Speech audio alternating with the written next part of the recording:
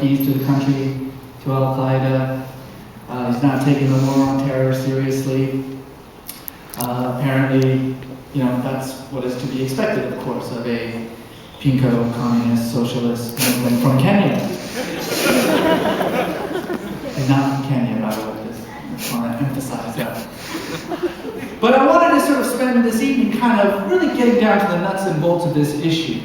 What is, we've had 1 year of the Obama administration, and there's, this is usually after about a year. That's the time in which people begin to kind of think about the past, deliberate, decide what kinds of things have been working well, what hasn't been going well. And so what I'd like to do today is kind of get us started on a conversation, and I do mean a conversation. I want to make sure to keep my comments fairly brief because I'm very interested to hear where you're all at and what you guys think about this topic. And we've got a good hour together, so there's plenty of time for a Q&A session. But I do want to emphasize, I think, one very important issue, and I know I'm kind of picking on Dick Cheney because it's easy.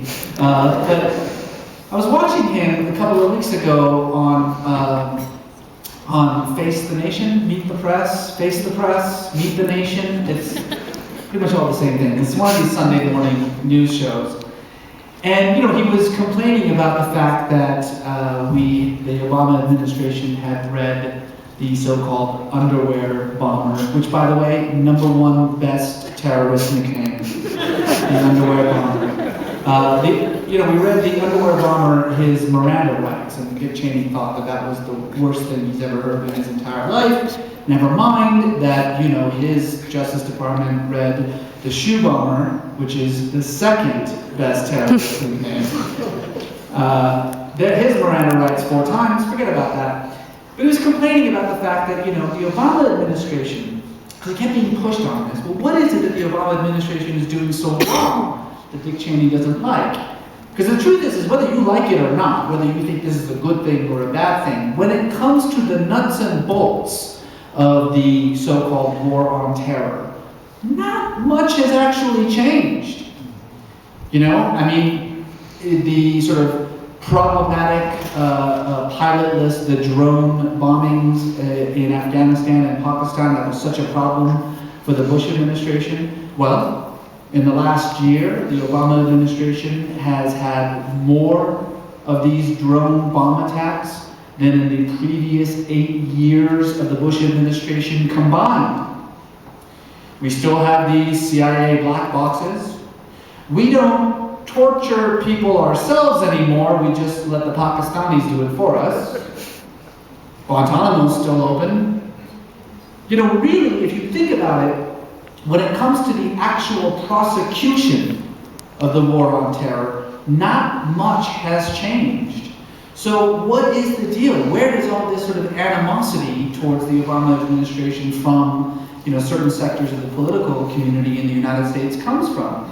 And the reason I'm picking on Dick Cheney is because he said something that really was a window into where this complaint derives from. He said that the problem with the Obama administration is that he thinks of this conflict not as a war, but as a criminal act. He thinks of terrorism as a criminal act, not an act of war. And I heard that and I thought, yeah, right, good, actually. Because terrorism is a crime, actually. It's not an act of war. In the history of the United States, it's never been considered an act of war. It's always been considered a criminal act. And Al-Qaeda is, if anything else, really a criminal conspiracy. We use these terms like war on terror, but you know yourself that this is just a rhetorical thing. It's, it's like the, war on drugs and war on poverty, both of which, by the way, that have gone swimmingly well. Right? Took care of the whole war on poverty thing, let's move on.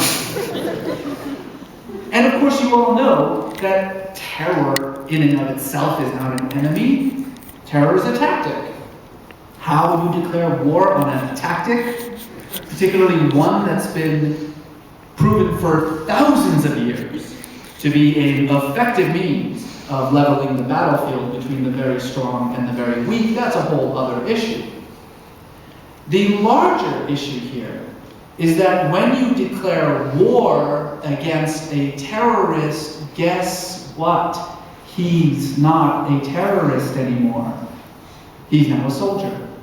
No action that he takes can legitimately be called terrorism any longer, because you've declared war on him. So, strategically speaking, Cheney is right. We are now treating the war on terror as a criminal affair, not necessarily a war affair. But that's not what I want to focus on tonight.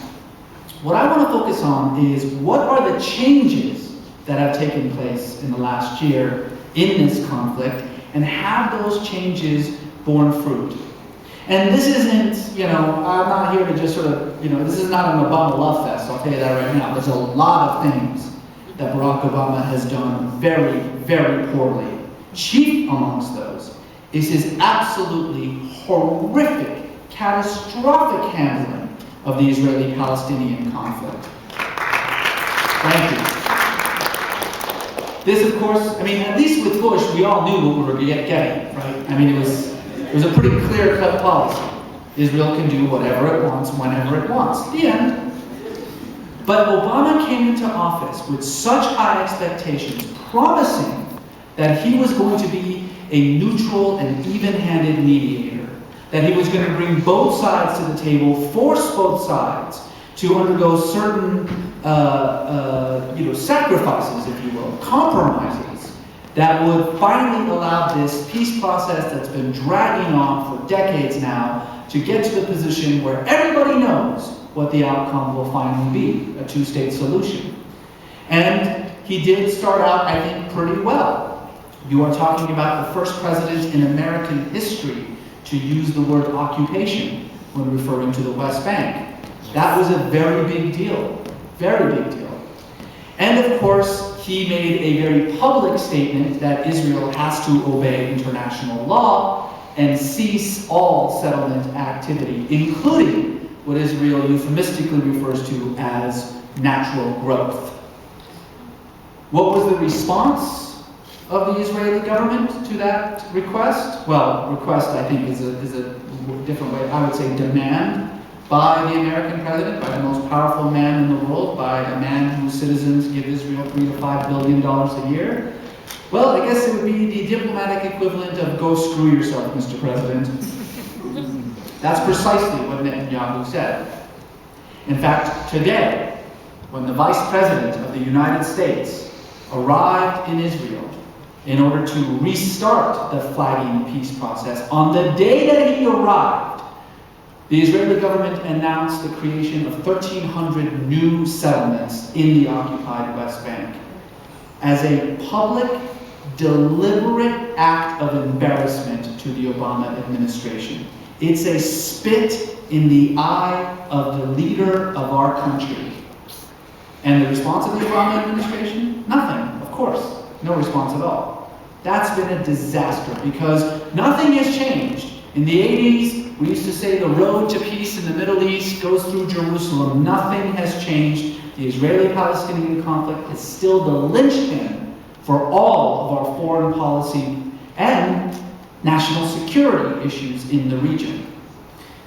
That's a bad thing.